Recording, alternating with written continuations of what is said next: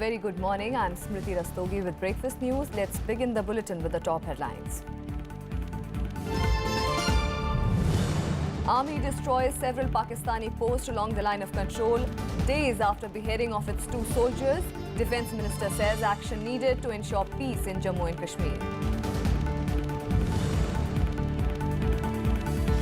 Centres warning to NGOs, ask them to file returns by June 14th or face licence cancellation.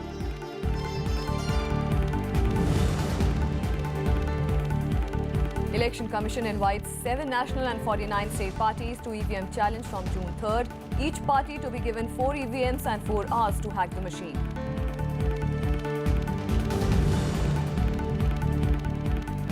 UK raises terrorism threat level to critical. Army deployed after Manchester Arena attack. IS claims the responsibility. 22-year-old Salman Abedi identified as the attacker.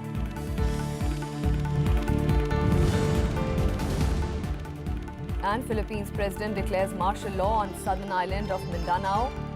Step after clashes between army and militants linked to Islamic State. The Indian Army has revealed that it decimated a Pakistani army post in the Nowshera sector of Jammu and Kashmir as a part of the punitive fire assaults days after 2 of its soldiers were beheaded. The army also released a 22-second video of the military action on Pakistani positions across the line of control. The army said that these posts were supporting infiltration from across the line of control. The video showed what looked like a forested area being bombed. However, there was no mention of the time and date of the strike. The Pakistani army has dismissed the claims. Also, a Lashkar-e-Taiba terrorist is also believed to have been killed in the action. Defence Minister Arun Jaitley lauded the army's action. In a series of tweets, he said, and I quote, "The government supports the actions of the Indian Army across the line of control. Such actions are needed to ensure peace in Jammu and Kashmir," unquote. As part of our counter-terrorism strategy and to ensure that infiltration is curbed, an initiative remains with us. Indian Army proactively dominates line of control.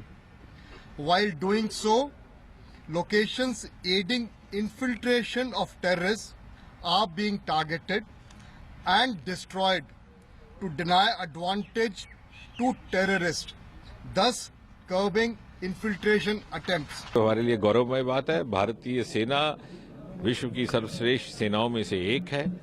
हम सेना के सदा ऋणी रहेंगे और जिस प्रकार इस मेजर ने अपनी सूझबूझ, अपनी प्रतिबद्धता, अपनी योग्यता का परिचय दिया है, वो सम्मान योग था और पूरे राष्ट्र ने अपना ऋण और अपना गौरव उसके प्रति जाहिर करने का काम किया। Infiltration increases from Pakistan as Indian Army has admitted. What is our government doing? Our army is making supreme sacrifices. They are acting with valor. But where is Modi government? There are terrorist camps in Pakistan, occupied Kashmir. Terrorists are being pushed every day. Where is the international pressure? पूरा देश और विश्व आतंकवादी घटनाओं के खिलाफ भारत के साथ खड़ा है। इंटरनेशनल कोर्ट में भी भारत को एक जीत हासिल हुई है और पाकिस्तान कहीं ना कहीं अपने आप में अलग थलग खड़ा है। अपनी सीमाओं की सुरक्षा करने के लिए हमारे सैनिकों का आत्मबल आज ऊंचाइयों पर है और आज हम ऐसी किसी भी घटना का जवाब देने के लिए सक्षम हैं। In another incident in Kashmir, an encounter broke out between security forces and militants in Hakripura area of Pulwama district in South Kashmir.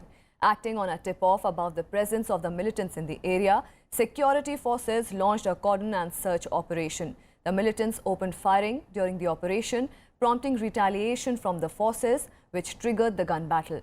The encounter is still on as gunshots were heard from the cordon area.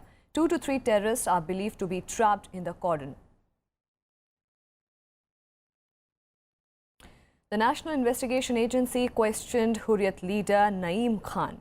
This is in connection with the tapes in which he was purportedly seen confessing to receiving money from Pakistan-based terror groups. PTI is quoting sources as saying that Khan has also been asked to submit some documents related to the case. The agency questioned Kashmiri separatists on the 4th consecutive day on Tuesday in connection with its probe into the role of LET chief Hafiz Mohammad Saeed and hardline Hurriyat leader Syed Ali Shah Gilani in subversive activities in Jammu and Kashmir. The alleged funding received by the separatist leaders for fueling unrest and promoting stone pelting in the valley is also under the scanner of the central agency. On to some more news. Pakistan has reportedly asked the International Court of Justice for an early hearing in Indian national Kulbhushan Jadhav's case. According to the report by the Express Tribune, Pakistan Foreign Office has written to ICJ's registrar expressing the desire for a quick hearing, preferably over the next few weeks. The report said the request was made in view of the upcoming elections for the ICJ judges. The Pakistani request comes just days after the ICJ stayed Jadhav's execution and endorsed the Indian request for consular access to him. Pakistan had last Friday filed a plea in the ICJ to rehear within 6 weeks Jadhav's case. On May 8th, India moved the ICJ against the death penalty handed down to Jadhav by a Pakistani military court. Meanwhile, the CRPF has suspended its commander who led the team which came under attack from Naxalites in Chhattisgarh's Sukhma district on April 24th. 25 personnel were killed in the attack. The company commander, Assistant Commandant J. Vishwanath, has been suspended for alleged failure of leadership. Commanding officer of the 74th Battalion, Commandant Firoz Kuzur, has been shifted out of Chhattisgarh. The 25 slain men belonged to Delta Company of the 74th Central Reserve Police Force and were deployed in Naxal hotbed between Burkhapal and Chinta Gufa in Sukhma district. The force has also transferred at least half a dozen commandants and a Deputy Inspector General posted in the Bastar region and has replaced them with some of the most best officers serving in the parts of the country. PTI is quoting top CRPF officers as saying that the suspension of the assistant commandant was ordered following receipt of a preliminary report about shortcomings that might have led to the massacre.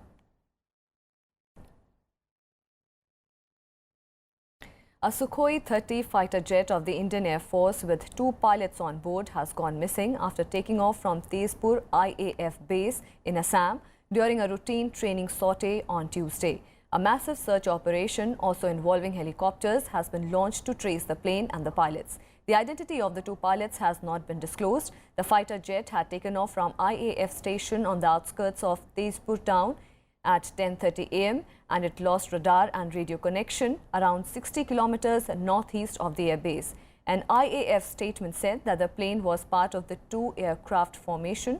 At present, 2 squadrons, around 36 aircraft, are deployed at Tezpur for guarding the frontiers in Arunachal Pradesh with China.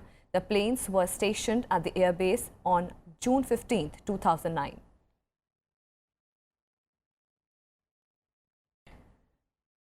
The government on Tuesday warned NGOs that their registration under the Foreign Contribution Registration Act will be scrapped if they fail to submit their annual income and expenditure records by June 14th.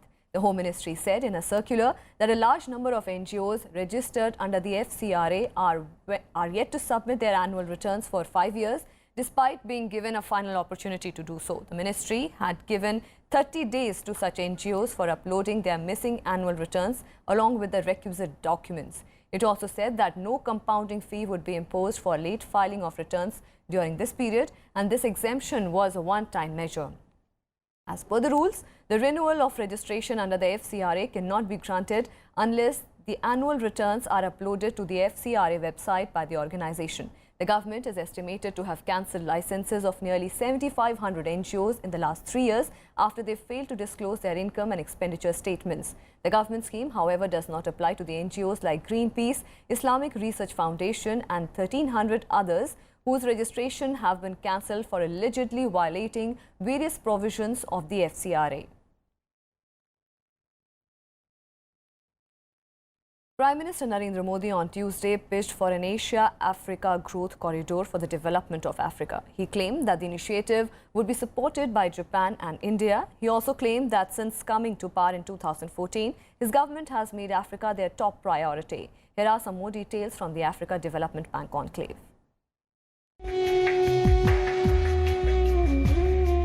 Inaugurating the 52nd annual general meeting of the African Development Bank in Gandhinagar, Prime Minister Narendra Modi pitched for the Asia-Africa Growth Corridor for the development of Africa, which will be supported by Japan and India. The pitch comes close on the heels of China launching its ambitious One Belt, One Road initiative, which aims to connect the Eurasian landmass and the Indo-Pacific maritime routes. India is also working with United States and Japan to support development in Africa. I gladly recall during my visit to Tokyo, Japan, we discussed our commitment for enhancing growth prospects for all. In our joint declaration, we mentioned an Asia-Africa Growth Corridor and propose further conversations with our brothers and sisters from Africa. Recalling the centuries-old association of India with Africa, especially between trading communities in Gujarat, Modi said that trade between both countries has multiplied in the last 15 years and reached close to $72 billion in 2014-15. In 2014, I have made Africa a top priority for India's foreign and economic policy.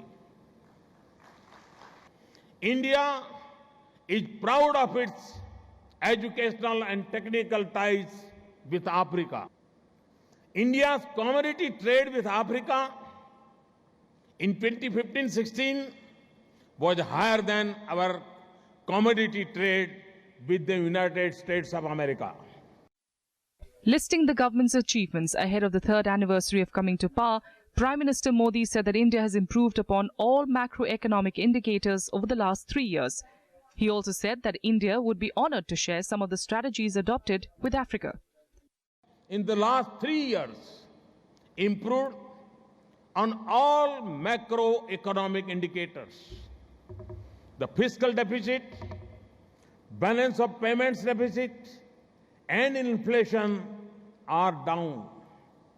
The GDP growth rate, foreign exchange reserves, and public capital investments are up.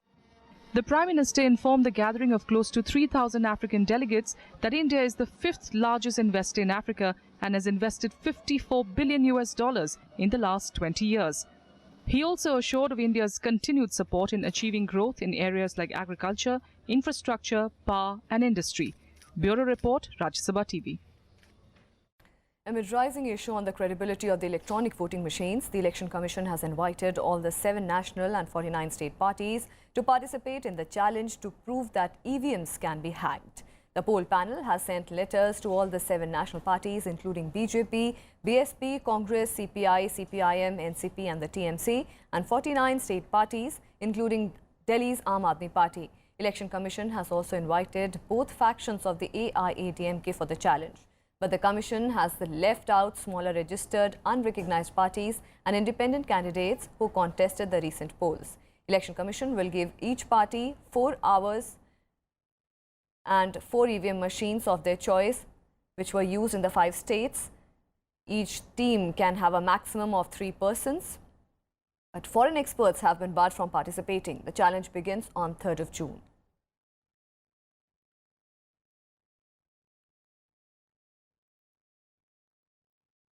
A look at what else is expected to make news through the day in Day Ahead. The Union Cabinet in a meeting today is likely to take a call on winding up the 25-year-old Foreign Investment Promotion Board. It currently vets FDI proposals requiring the government approval.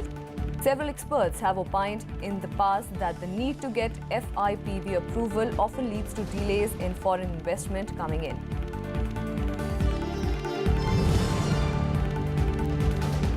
The municipal corporation elections to the 3 civic bodies in Mumbai will take place today. 1,251 candidates are in the fray in Bhiwandi, Malegaon and Panvel.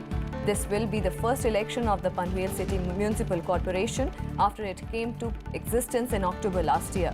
There are 12.96 lakh eligible voters for the 252 seats in polls to 3 civic bodies. Results will be declared on 26th of May.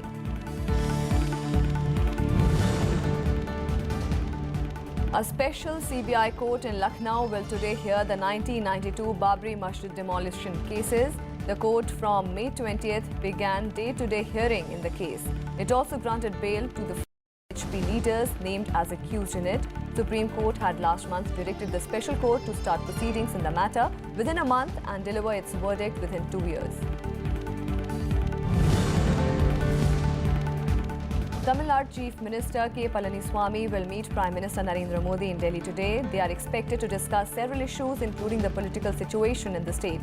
Palaniswamy's visit comes days after the leader of the ruling AIADMK's Amma faction, O. Paneerselvam, had called on Prime Minister in Delhi last week. And at least 21 pilgrims from Madhya Pradesh were killed when their bus fell into Bhagirathi River in Nalupani on Tuesday. They were returning from Gangotri Shrine in Himalayas. The mishap occurred at around 6 p.m. as the bus fell 300 meters down the road into the river. 20 bodies have so far been recovered from the spot, and one of the 7 injured died at the hospital.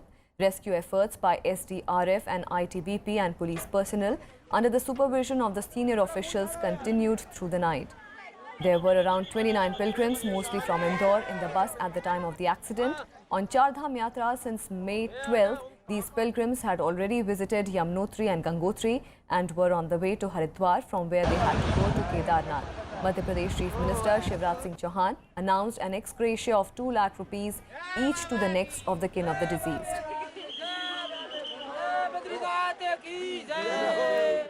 And with that, we'll slip into a very short break. More news and updates on the other side. Stay with us.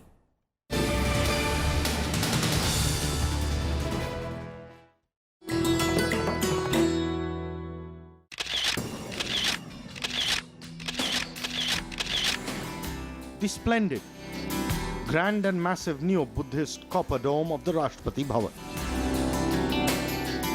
It gets its influence from stupa at Sanchi. The dome is more than twice the height of the rest of the building. The reinforced concrete shell of the outer dome began to be formed during the beginning of 1929. The last stone of the dome was laid on April 6, 1929.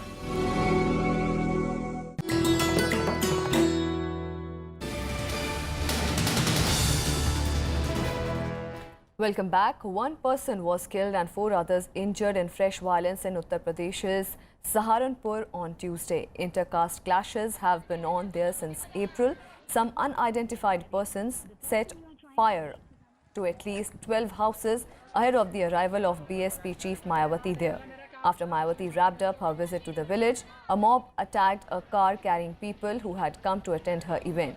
PTI is quoting police sources as saying that the attackers allegedly fired guns and wielded batons, killing 24-year-old man on the spot and injuring 4 others. BSP chief Mayawati held the BJP-led government responsible for the violence, while Uttar Pradesh Chief Minister Yogi Adityanath termed the incident as unfortunate. He also ordered a 4-member team to visit the spot for inquiry.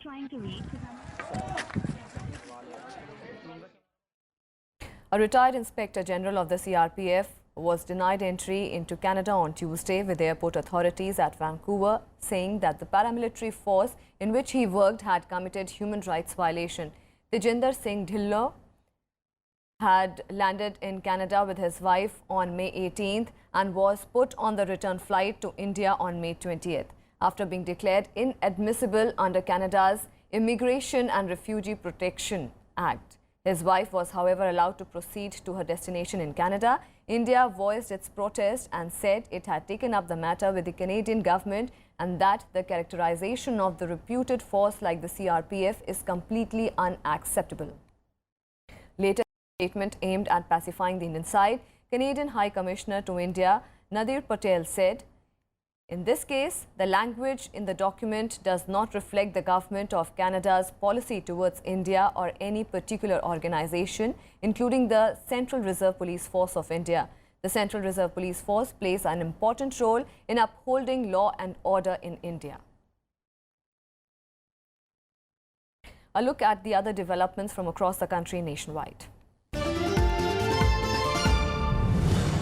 A Swachh Bharat app was launched on Tuesday and it will soon be rolled out for 116 Archaeological Survey of India monuments across the country. With the help of the app, visitors would be able to report garbage on the premises. Culture Minister Mahesh Sharma launched the app that is available for Android mobile phones and can be downloaded from the Google Play Store.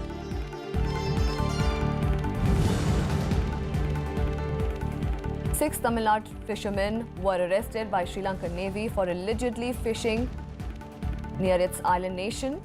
The fishermen have been taken to Kange Santhurai port.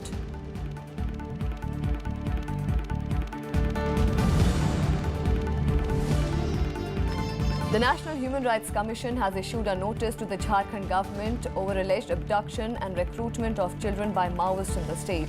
The commission took to note of a media report that has sought a report from the state government within 2 weeks.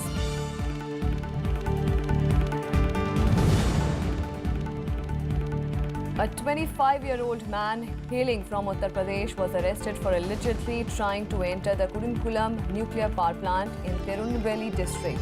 Narendra Kumar from Lakshmipur was picked up by the Central Industrial Security Force personnel for allegedly trying to enter the plant. And shifting our focus on the international front, the UK has raised its terrorism threat level to critical, the highest level for the first time in the decade on Tuesday. Prime Minister Theresa May says that the critical level of the threat means further attacks may be imminent. Military personnel have been deployed to protect the key sites. The move came after investigators were unable to rule out whether Manchester bombing suspect Salman Abedi acted alone. 22 people were killed and 59 injured when a suicide bomber attacked Manchester Arena on Monday evening as teenagers poured out of pop singer Ariana Grande's concert. 22-year-old suspected suicide attacker Salman Abedi is reported to be a Libyan born and raised in the UK. IS claimed the responsibility for the attack but offered no evidence. The critical threat level means that apart from key public locations, military personnel may also be seen at several events over the coming weeks, such as concerts, working under the command of police officers. The first thing they're going to do is free up officers who are on static guarding duties at key locations. We can put those on the streets protecting the public with the military guarding those fixed locations. The second thing is potentially augment our patrols. As you say, potentially transport hubs and key events. There are so many big events across the country over the next couple of weeks. The police and security services needed to investigate whether or not Abedi was acting alone. Those investigations continue. But the work undertaken throughout the day has revealed that it is a possibility we cannot ignore that there is a wider group of individuals linked to this attack. Meanwhile, several people are still missing, while many are undergoing treatment at 8 hospitals across Manchester. Following the attack, pop star Grande, who was scheduled to perform in London and across Europe through mid-June, suspended her tour. Queen Elizabeth II described it as an act of barbarity. US President Donald Trump termed the attackers as losers. The blast marked the deadliest terror attack on British soil since 2005 London bombings. Hundreds of residents remembered the victims during the Tuesday evening vigil. The Eiffel Tower in Paris was blacked out at midnight on Tuesday in honor of the victims. Meanwhile, US President Donald Trump on Tuesday used his centerpiece Holy Land speech to reaffirm commitment to peace between Israelis and Palestinians. He, however, offered no details on how to achieve the goal. Rounding out a 28-hour stay in Jerusalem, Trump praised Israeli Prime Minister Benjamin Netanyahu and Palestinian President Mahmoud Abbas, saying both were ready for peace. Israel and the Palestinians have not held peace talks for 3 years, and Trump had acknowledged that it would be one of the toughest deals of all to broker. On Monday, the US president had said that he had come to reaffirm the unbreakable bond between the US and Israel, and that there was a rare opportunity to bring security and stability and peace to the region. Meanwhile, anti-Trump protests were held in Rome on Tuesday. When he reached Italy, he will today meet Pope Francis at the Vatican. Repeatedly said, I'm personally committed to helping Israelis and Palestinians achieve a peace agreement And I had a meeting this morning with President Abbas and can tell you that the Palestinians are ready to reach for peace. In my meeting with my very good friend, Benjamin, I can tell you also that he is reaching for peace. He wants peace. Philippine President Rodrigo Duterte has declared martial law on the southern island of Mindanao after clashes between the army and militants linked to Islamic State. Martial law has been declared for 60 days and will allow the use of the military to enforce the law and the detention of people without charge for long periods. The violence in Marawi city in Mindanao erupted on Tuesday as the army searched for the leader of the militant group that had pledged allegiance to IS. The violence left 3 members of the security forces dead. Mindanao is home to a number of Muslim rebel groups seeking more autonomy. Duterte made the announcement during a visit to Russia, where he was forced to cut short.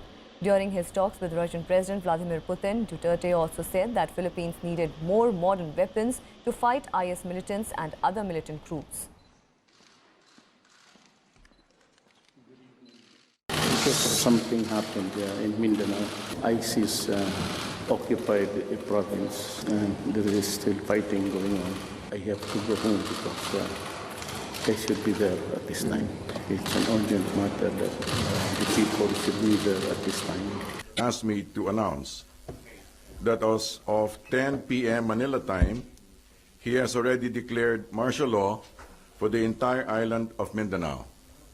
Des Guevara has clarified that this is possible on the grounds of existence of rebellion because of what is happening in Mindanao. The presence of the president, the physical presence is needed in the Philippines. That is the president's assessment.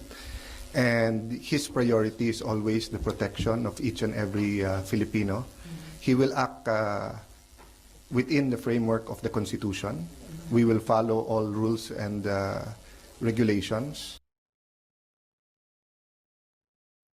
After Tuesday's Manchester attack, the Board of Control for Cricket in India has raised concerns with the ICC about Indian team security in England, which is set to host the ICC Champions Trophy in a matter of few days.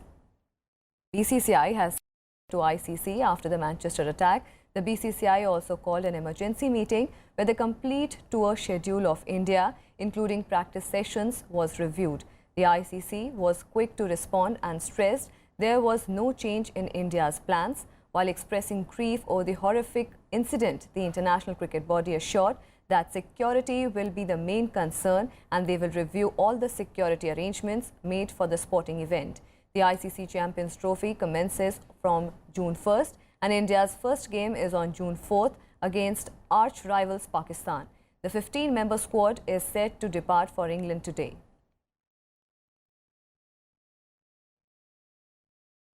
On Tuesday, India pulled off a dominating show to stun former champions Indonesia 4-1 in the Sudhiraman Cup mixed team badminton championship at the Gold Coast in Australia. India beat Indonesia to keep the quarterfinals hope alive in the tournament with singles and doubles team wins. The mixed doubles team, including Ashwini Ponappa, won their first match. India rode on the stupendous performances by Kidambi Srikanth, PV Sindhu and the experienced Ashwini Ponappa, who won both the mixed doubles and women's doubles matches.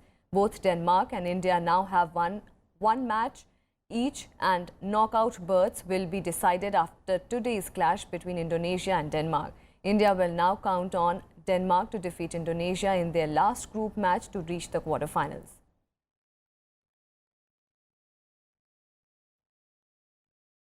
And that's all we have for you in this edition of Breakfast News. But before we go, acting legend Sir Roger Moore, star of 7 James Bond films, died at 89 in Switzerland on Tuesday. A statement from his family said that Moore passed away after a short but brave battle with cancer before being cast as the secret agent.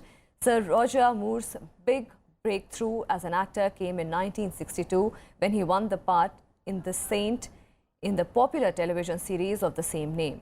Sir Roger Moore returned to TV work after his Bond films. Sir Roger was also a UNICEF Goodwill Ambassador in 1991. Stars of film, television and music have paid tribute to Sir Roger Moore. We leave you with the glimpses from some of his best films. I'm Roger Moore. Roger Moore. Can I help you? Yes, my name is Bond. James Bond. I'm looking for Dr. Goodhead. You just found her. Basically was the funny James Bond. I remember a lot of people thought Sean Connery, who could fill his shoes? And Roger Moore just slipped in and it was like James Bond was reborn.